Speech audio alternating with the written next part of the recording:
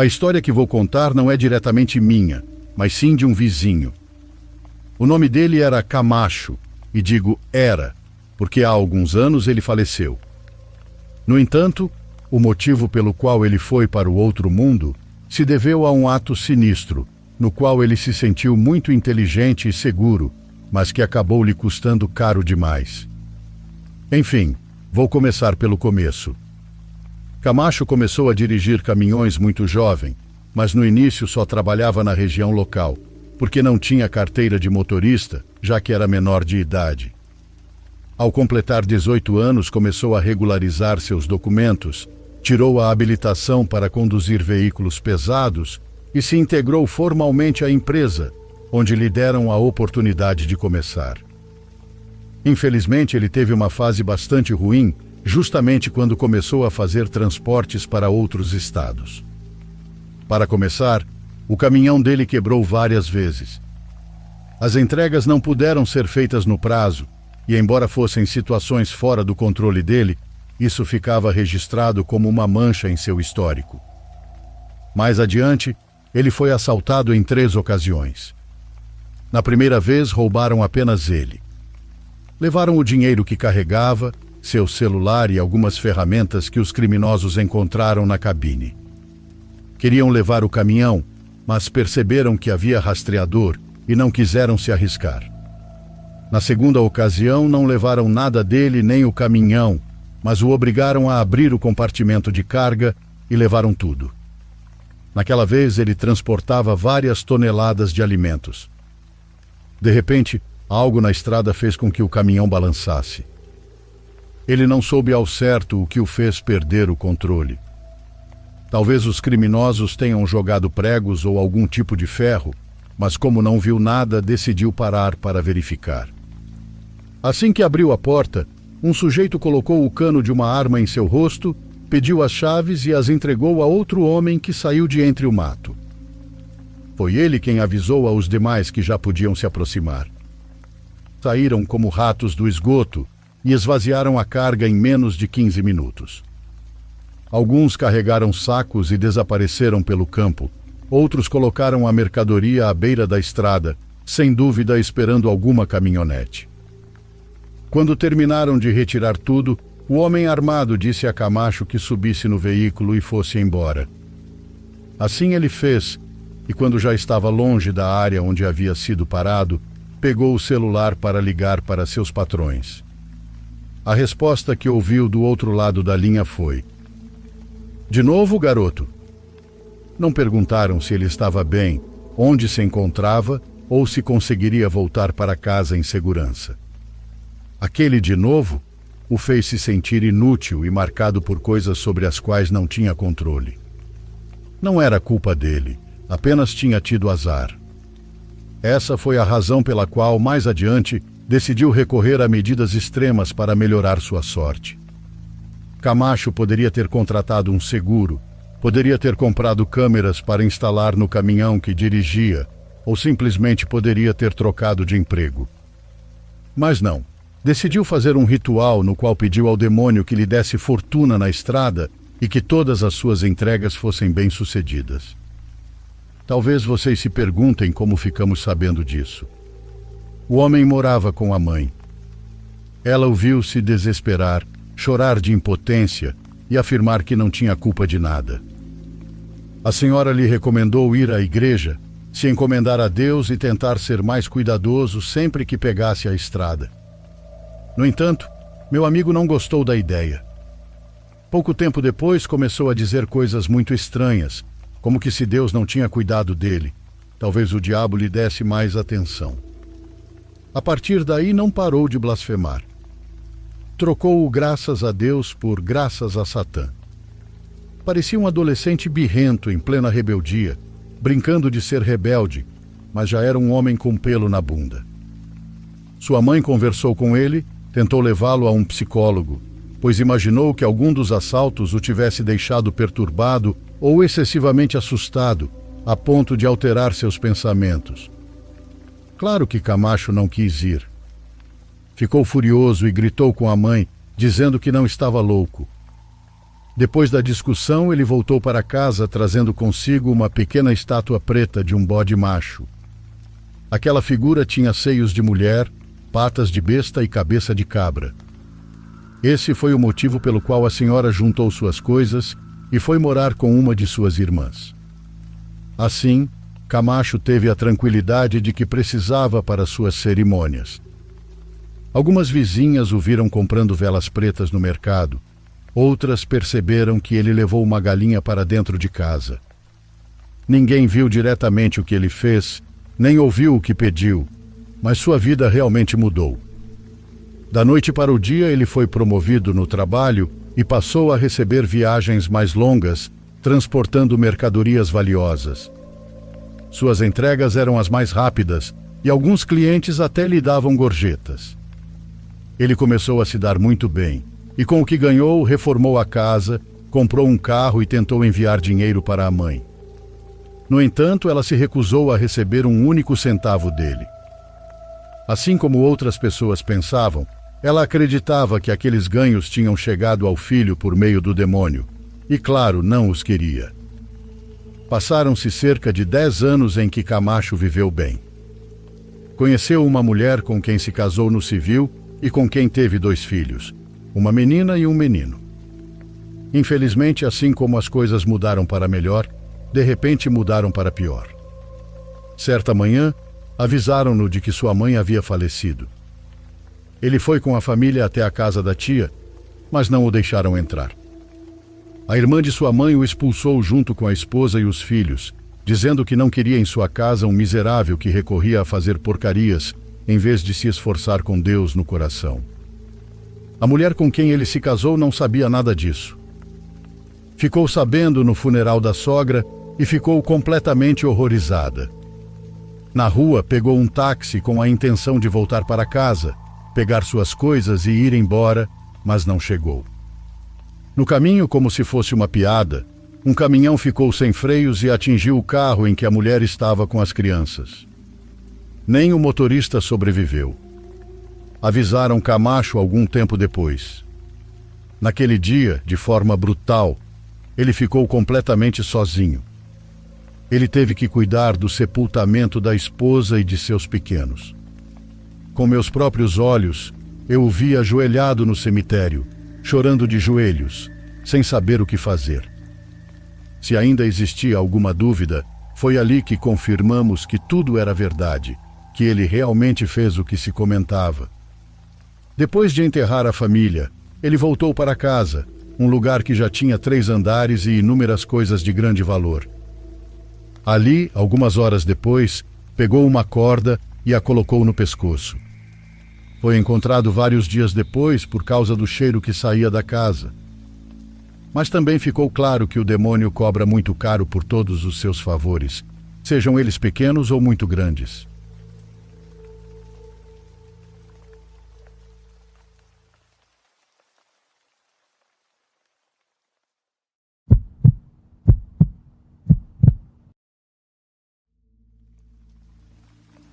De uma forma ou de outra, sempre trabalhei ao volante.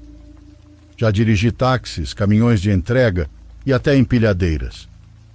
Mas agora vou contar a vocês um breve período da minha vida em que dirigi um caminhãozinho de mudanças. Nunca foi meu trabalho principal, mas eu dirigia enquanto também trabalhava como taxista à noite. Meu pai estava doente e meus irmãos e eu trabalhávamos em tudo que podíamos para ajudar. Por isso, pela necessidade, acabei aceitando uma mudança longa, de Reynosa até Coatzacoalcos.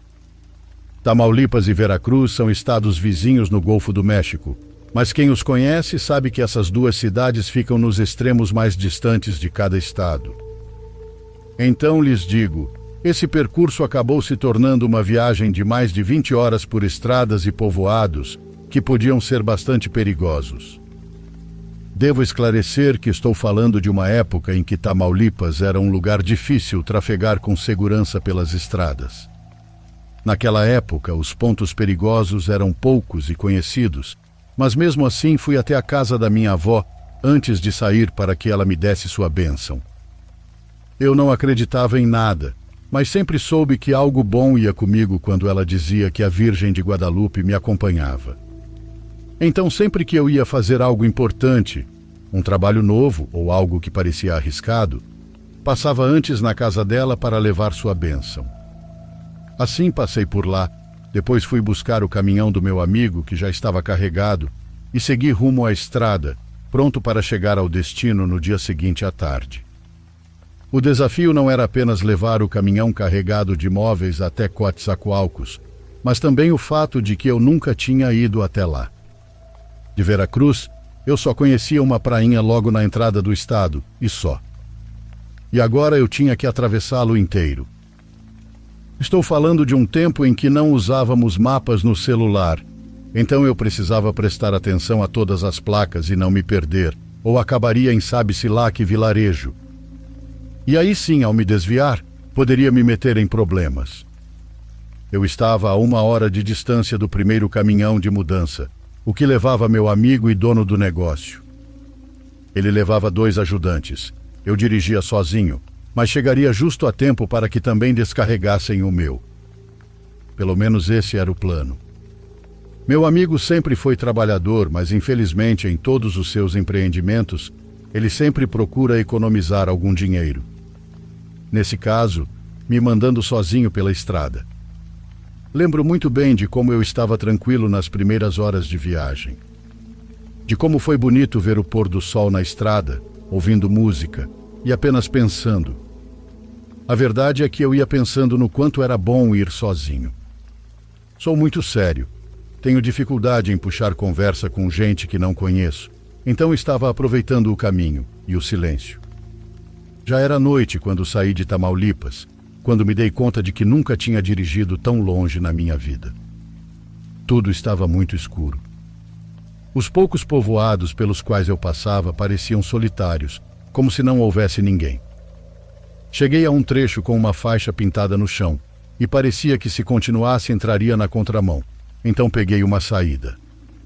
Agora entendo que aquilo foi um erro, que eu deveria ter seguido em frente, que foi uma confusão, que saí da estrada por um momento de dúvida e uma decisão tomada no último segundo.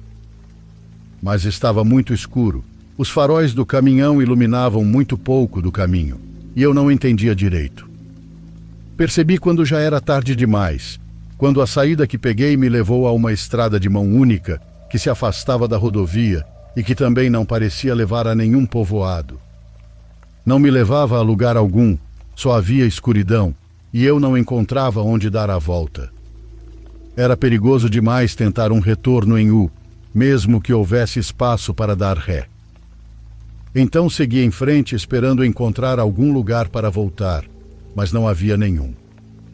Avancei, avancei e avancei, até que vi algumas luzes de casinhas à frente. Pensei que com certeza ali encontraria o caminho de volta à estrada para continuar rumo ao sul. Lembro que parei à beira do caminho assim que encontrei um espaço para sair daquela estradinha. Tentei olhar o mapa, sem ainda ter ideia de onde estava, e foi aí que senti algo. Senti algo pela primeira vez na minha vida. Ou melhor, pensando bem para tentar explicar, foi o contrário.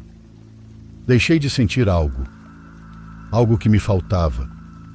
A bênção da minha avó. Ali eu não a sentia. Estava sozinho, longe de tudo. Senti que de alguma forma naquele caminho, ao lado daquela montanha escura, nada de bom chegava até mim. Foi como se ali a bênção não me alcançasse.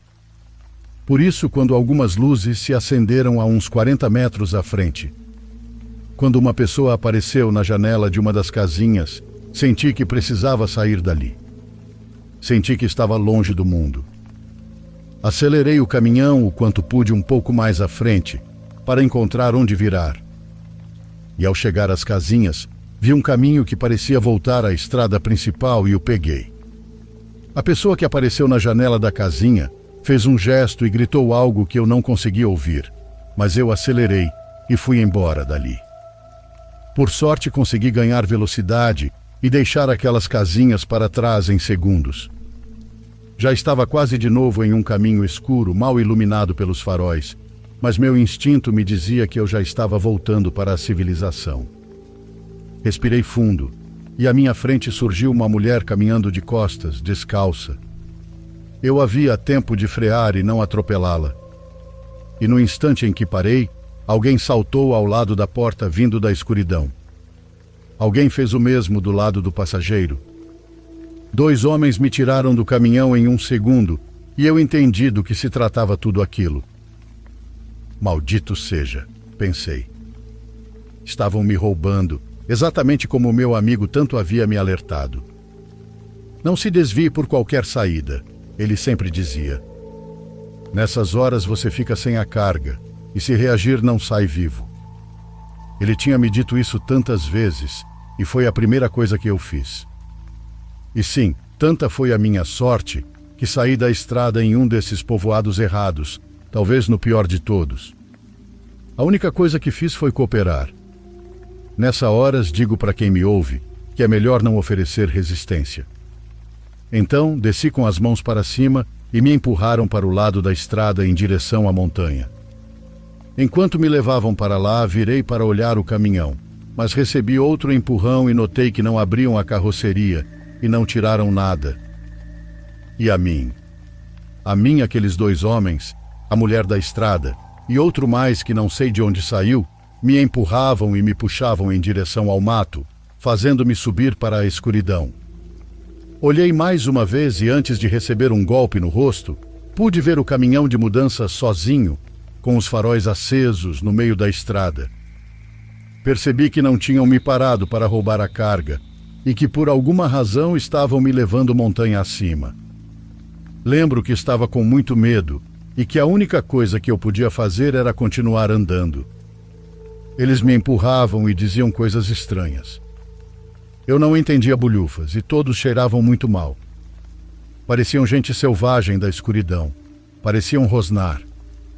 Fechei os olhos porque tanto fazia estar de olhos abertos ou fechados naquela escuridão. Pensei na minha avó, tentei senti-la por perto e tentei sentir aquela fé de que ela tanto falava. E naquele momento me perguntei se meu destino seria pior se eu continuasse andando ou se tentasse fugir, mesmo correndo o risco de me matarem. Convenci-me de que se eu continuasse subindo, fosse qual fosse o motivo, eu não voltaria. Convenci-me de que tinha que lutar para escapar, ao menos tentar. Abri os olhos, empurrei um dos homens e ele caiu entre os galhos. Sem enxergar direito, chutei e dei socos. Acertei outro, acertei a mulher e senti que golpeei algo pequeno que tentou me morder. Então comecei a correr para o nada de volta ao caminhão. Soltei as pernas, caí e me levantei. Não via nada além da luz do caminhão ao longe e corri até ele com todas as minhas forças. Ele ainda estava ligado e tinham deixado assim. Subi e pisei fundo no acelerador, mas o motor mal respondeu. Mesmo assim, não parei. E se posso confessar algo, é que se alguém tivesse aparecido na minha frente, eu não teria freado. Não mais. Sentia que minha vida dependia de voltar à estrada principal. E quando finalmente cheguei, quando finalmente consegui, comecei a chorar igual uma criança. Respirei, senti que estava quase a salvo, mas mesmo assim continuei dirigindo acima do limite de velocidade, principalmente para aquele pobre caminhão, que aí sim notei que começava a bater pino. Não estava em bom estado mecânico, mas naquele momento o que menos me importava era estragar o motor. Apesar do barulho do motor forçado, achei que ouvi algo que me fez virar o olhar para o morro. Ali foi a primeira vez na minha vida que vi uma bruxa. E com bruxa quero dizer aquelas bolas de fogo que voam perto das árvores. Não faço ideia do que sejam, mas assim as chamam na América ao todo pelo que vi. E aquela que eu vi era muito clara e voava rápido, paralela a mim, lá em cima no morro. Às vezes se aproximava um pouco mais da estrada, depois se afastava, até que de repente desapareceu. Não parei. Não parei nem por um instante até finalmente alcançar meus companheiros, já chegando ao porto de Veracruz, mesmo com todo o tempo que eu tinha perdido. Eles me olharam surpresos, perguntaram o que tinha acontecido, por que eu estava daquele jeito, e eu contei tudo. Exatamente tudo. Um dos ajudantes, que era peruano, me disse que não tinham querido roubar a carga, que queriam me levar para entregar alguma coisa na montanha. Disse que eu tinha muita sorte de ter sobrevivido, porque o que existe lá em cima não come só o corpo, mas também a alma. Disse que aquela região estava cheia de bruxas e canibais. Achei que ele estava exagerando, pois ele sempre foi exagerado e meio contador de histórias. Mas o que ele disse me deu muito medo, pois imaginei o quão perto estive de um destino tão terrível. De alguma forma sinto, por mais que me digam que tive sorte, que quem me salvou foi a bênção da minha avó. E agora sempre carrego uma medalhinha de São Bento que ela me deu. Trago amarrada no tornozelo esquerdo e não tiro por nada. E acima de tudo, sempre repito a mesma oração a São Pedro para que cuide de mim e da minha família.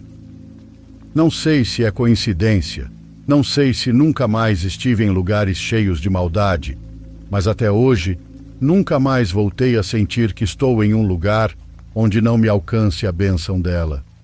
Muito obrigado por ouvir.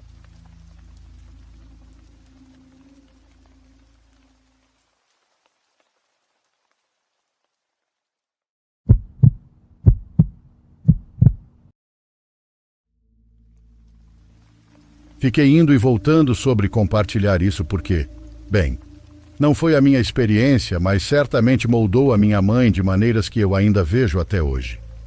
E ela sempre contou essa história com o mesmo tom firme e direto, desde que me lembro. Não há enfeites nem dramatização. Ela é a pessoa mais literal e pé no chão que eu conheço, então quando ela repete isso eu levo a sério. Ela cresceu em uma casa onde todos os dias pareciam como andar ao lado de uma chama aberta. O pai dela era violento, imprevisível e completamente sem controle quando ninguém estava olhando.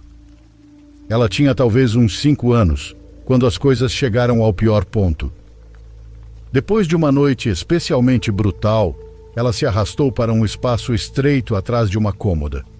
Um pequeno esconderijo que passou a usar sempre que precisava desaparecer.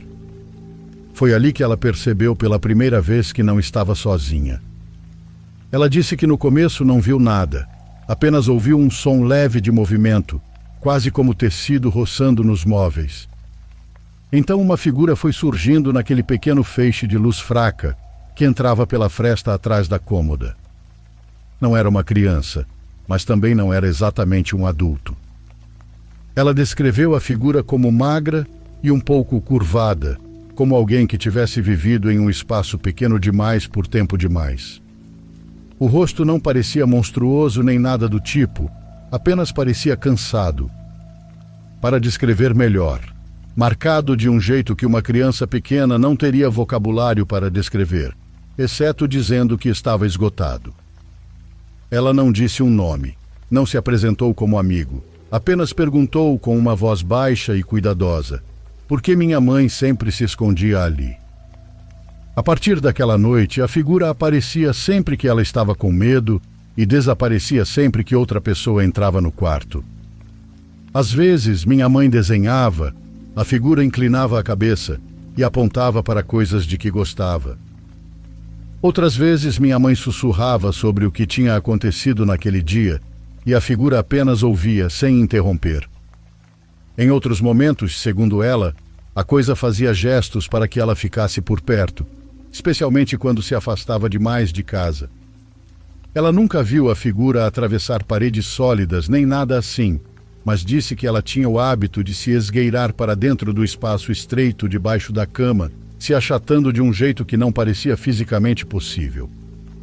Quando minha mãe se arrastava para debaixo da cama depois para olhar, nunca havia nada ali. Nenhuma saída, nenhum buraco, nenhum sinal de que alguém tivesse estado ali. Por muitos anos, ela presumiu que aquilo fosse apenas um amigo imaginário que criou para sobreviver ao terror constante da vida em casa. Conforme foi crescendo, também não gostava de falar sobre isso, mas a parte que ela não consegue explicar é o que forçou todos a abandonarem a casa.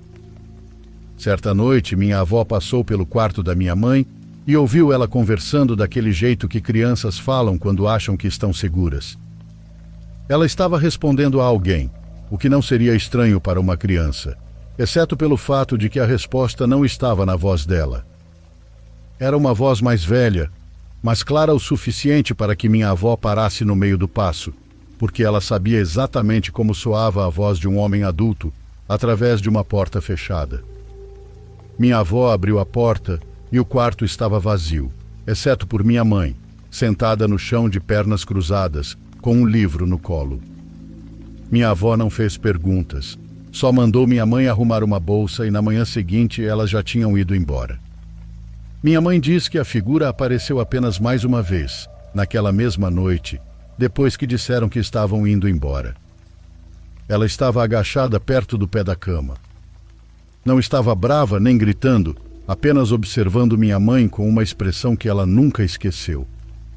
Algo entre decepção e uma espécie de cuidado. Ela se lembra daquele borrão dizer que ela não deveria falar sobre aquilo com ninguém, e então escorregou para dentro da sombra sob a estrutura da cama, e não voltou mais. Hoje minha mãe está na casa dos 60 anos, e ainda diz que às vezes sente falta da sensação de não estar sozinha, mesmo não tendo a menor ideia do que aquela coisa realmente era. Um mecanismo de enfrentamento? Uma alucinação dissociativa? Algo mais estranho, mas ainda enraizado na realidade? Eu realmente não sei. O que eu sei é que minha mãe não inventa histórias, e ela nunca descreveu isso de uma forma que sugerisse magia ou monstros, apenas uma presença estranha que apareceu em um momento em que ninguém mais apareceu. Eu também não estou tentando rotular isso. Só fico me perguntando se mais alguém aqui já ouviu falar de crianças, especialmente crianças traumatizadas, encontrando algo que se comporta dessa maneira. Silencioso, observador, protetor e que desaparece sempre no momento em que um adulto toma consciência de sua existência.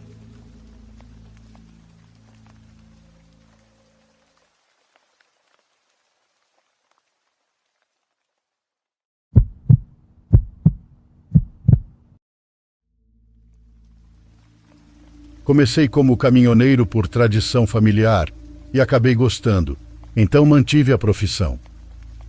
Comecei como ajudante do meu pai e ele me ensinou o necessário até que eu pudesse me sentar atrás do volante e ter certeza de que conseguiria fazer um bom trabalho. Com o passar dos anos adquiri experiência e aprendi estratégias para contornar problemas menores e também alguns maiores. Por exemplo, passei a levar uma caixa de ferramentas para resolver pequenas falhas durante a viagem. Também aprendi a carregar comigo um galão de combustível, outro cheio de água, alguns triângulos laranja para alertar outros motoristas em caso de acidente ou pane e um cobertor caso realmente tivesse que dormir na estrada. A vida dos caminhoneiros não é das mais fáceis, nem mesmo pelo fato de ficarmos quase o tempo todo sentados. Na verdade, isso também nos gera problemas.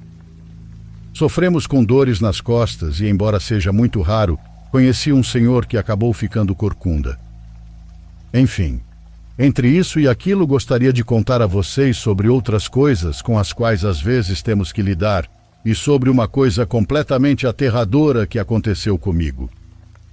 Vocês já devem ter ouvido um monte de relatos sobre motoristas que tiveram que enfrentar a criminalidade, mas na estrada há algo mais que pode acontecer com qualquer um, principalmente com quem trafega à noite. A mim foi designada uma viagem saindo de São Paulo para levar uma carga até Altamira, um povoado meio isolado no Mato Grosso. O trajeto abrangia cerca de 18 horas, então saí às 9 da noite. Quando se fazem deslocamentos tão longos, é melhor viajar à noite porque há menos trânsito, e as chances de encontrar alguma manifestação pelo caminho diminuem muito. Então preparei tudo e parti. Designaram para me acompanhar um ajudante chamado Nicolas, um rapaz que não tinha muito tempo na empresa, mas com quem eu me dava muito bem.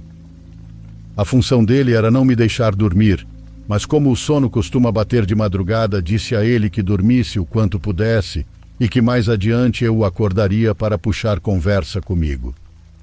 No início avancei sem nenhuma novidade. Deixei para trás muitos quilômetros e trafeguei por estradas escuras onde não vi ninguém nem à frente nem atrás. Às 11 da noite entrei na rodovia e segui pelo asfalto como uma faca quente deslizando sobre a manteiga. À meia-noite coloquei música e fiquei contente ao ver que Nicolas continuava dormindo, pois assim poderia acordá-lo nas horas seguintes sem medo de que ele me falhasse. Às 2 da manhã encontrei um posto de gasolina e ao lado havia uma loja de conveniência. Em frente ficavam vários carrinhos de comida. Não pensei muito, chamei o compadre e disse que pararíamos para jantar. Do lado de fora fazia um pouco de frio. Colocamos nossas jaquetas e fomos ver o que tinha. Eram só porcariada. Eu pedi algumas cachorros quentes e uns salgados de massa de coxinha. Ambos acompanhamos com uma Coca-Cola de vidro, como deve ser. Meia hora depois voltamos para o caminhão e continuamos o caminho. Desde que saí com a mercadoria até às 3 da manhã, meu veículo não apresentou nenhum problema. No entanto, naquele horário senti algo vibrar de um jeito muito estranho. É algo que nós caminhoneiros já percebemos quando nossa besta não está totalmente bem. Fiquei inquieto com a possibilidade de quebrar no meio da madrugada, mas apenas tentei manter o ritmo e seguir adiante para avançar o máximo possível. Ainda nos faltavam horas de viagem. Meia hora depois, pouco antes de acontecer, eu pressenti. O motor apagou. Indo direto ao ponto, estávamos em uma estrada longa, escura e cheia de curvas, pois passava no meio de alguns morros. Como pude, consegui estabilizar o volante para mantê-lo sob meu controle e freie devagar. Consegui encostar no acostamento, mas a área de descanso era muito estreita e me preocupei com a possibilidade de provocar um acidente. Por isso peguei meus triângulos, desci correndo e coloquei 2 atrás, a uns 5 metros do caminhão e outros 2 na frente. Nicolas já estava acordado e me perguntou o que estava acontecendo. Eu disse que não sabia. Sentei por alguns minutos diante do volante, verifiquei o painel e me perguntei o que tinha acontecido. O tanque estava bem e a bateria também. Saí da cabine, abri a grade frontal e toquei o metal. Estava quente, mas não de forma exagerada. Voltei para junto de Nicolas e informei que não entendia o que estava acontecendo. Então coloquei a chave e girei. O motor deu um sinal de vida, mas não ligou. Tentei de novo e aconteceu a mesma coisa. Dei um tapa no volante e soltei alguns palavrões. Depois peguei meu telefone e procurei o número da secretária do meu trabalho para informá-la da situação. Mal pressionei o botão da chamada, a tela do meu telefone ficou vermelha e indicou que eu estava sem sinal, e soltei outros palavrões. Nicolas não entendia de mecânica, então apenas me recomendou esperar. E sim, esperar era a única coisa que podíamos fazer. Depois de 20 minutos voltei a tentar ligar o caminhão, e nada. Meia hora depois tentei novamente, e ele não quis responder. Então desci outra vez, peguei minha caixa de ferramentas e liguei uma pequena lanterna para revisar o motor. Eu estava com metade do corpo apoiado na parte frontal do caminhão, quando ouvi meu ajudante fazendo uma prece. Levantei a cabeça para olhá-lo e o vi assustado, apontando para algo atrás de mim. Senti um arrepio pensando que fosse algum animal. Quem dera tivesse sido isso. Quando me virei, vi na estrada, iluminado pelas luzes baixas do caminhão, um ser que definitivamente não era humano. Tinha a pele muito branca e o brilho do farol lhe dava um aspecto anormal. Aquela criatura não tinha cabelo e também não usava roupa alguma. Estava agachada entre o mato, como uma criancinha ingênua que acha que está muito bem escondida, mesmo não estando. Por alguns instantes fiquei imóvel, contemplando aquela aberração. Depois desci de onde estava e corri para a cabine. Já lá dentro, olhei pelo vidro e percebi que a presença não estava mais onde eu a tinha visto. Nicolas estava em choque, tremendo a boca tentando falar. Inclinei-me em direção ao rapaz e sacudi seu ombro. "Se acalma!" gritei, e só então ele voltou a si. Dei um tempo para que respirasse e perguntei para onde a criatura tinha ido. Ele disse que ela deu a volta e se perdeu entre as árvores. Depois me perguntou o que era aquilo, e eu, claro, disse que não fazia ideia. Ficamos os dois sentados em silêncio, sem saber o que fazer e tentando determinar se estávamos em perigo. Depois de um tempo, nada se aproximou nem voltamos a ver aquela criatura. Vão dizer que era algum maluco de um povoado, mas não estávamos perto de nenhuma localidade. Poderia ter sido uma pessoa perdida, mas como explicar que não tinha cabelo nem roupa e possuía uma pele quase branca? Não em tom claro, mas realmente branca, como leite ou gelo. Fiquei tentando ligar o caminhão de tempos em tempos e perto das 6 da manhã, aquela porcaria voltou à vida como se nada tivesse acontecido. Nos afastamos da área e liguei para o escritório da empresa. A secretária estava muito preocupada porque inclusive tínhamos desaparecido do GPS. Então contei o ocorrido e ela me disse que eu precisava recuperar 5 horas de viagem. Me esforcei o máximo que pude e entreguei a carga exatamente como estava planejado. Nicholas e eu descansamos durante o dia e voltamos à noite, mas pegamos outro caminho para não termos que passar pela mesma estrada. Até hoje sigo sem saber o que vimos. Já contei minha história, e alguns dizem que se tratava de um guardião da natureza ou algum tipo de espírito daquela região. Outros dizem que foi uma alma errante, mas quem sabe? Depois disso, continuei trabalhando normalmente, mas nunca mais voltei a me deparar com entidades tão assustadoras. Uma vez vi umas esferas de luz sobre um morro. No entanto, essa será uma história que talvez em outra ocasião eu compartilhe com vocês.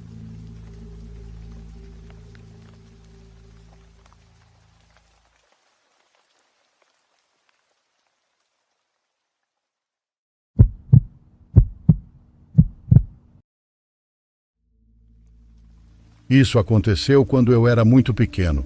Tinha talvez por volta dos 6 anos. Meus pais estavam se separando, infelizmente, e tudo na minha vida parecia instável e confuso naquela época.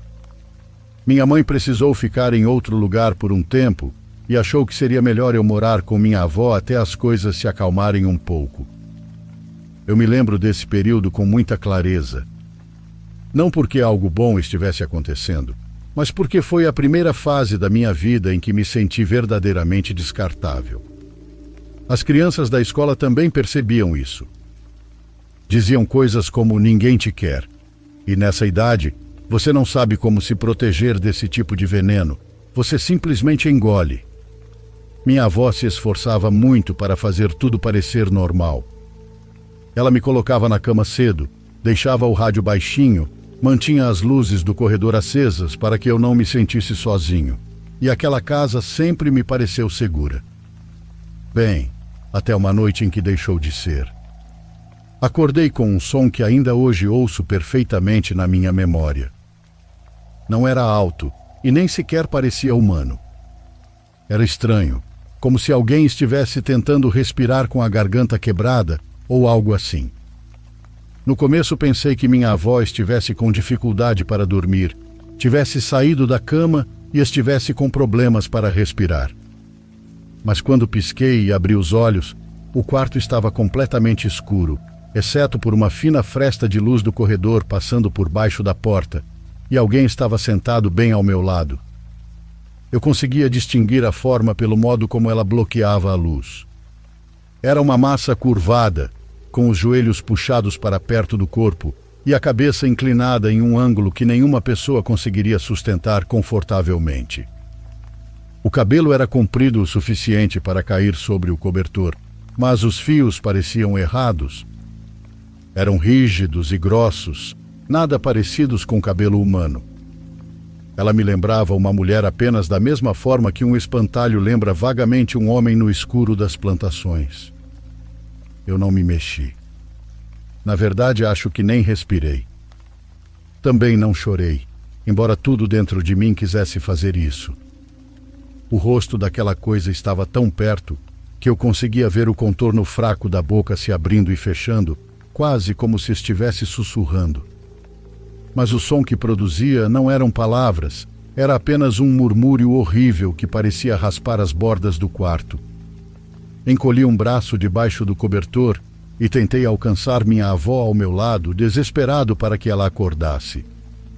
Quando meus dedos tocaram o antebraço dela, algo quente e escorregadio se espalhou sobre eles. Entrei em pânico e a sacudi com mais força, achando que ela estivesse sangrando, mas ela não se mexeu. Nem um único espasmo.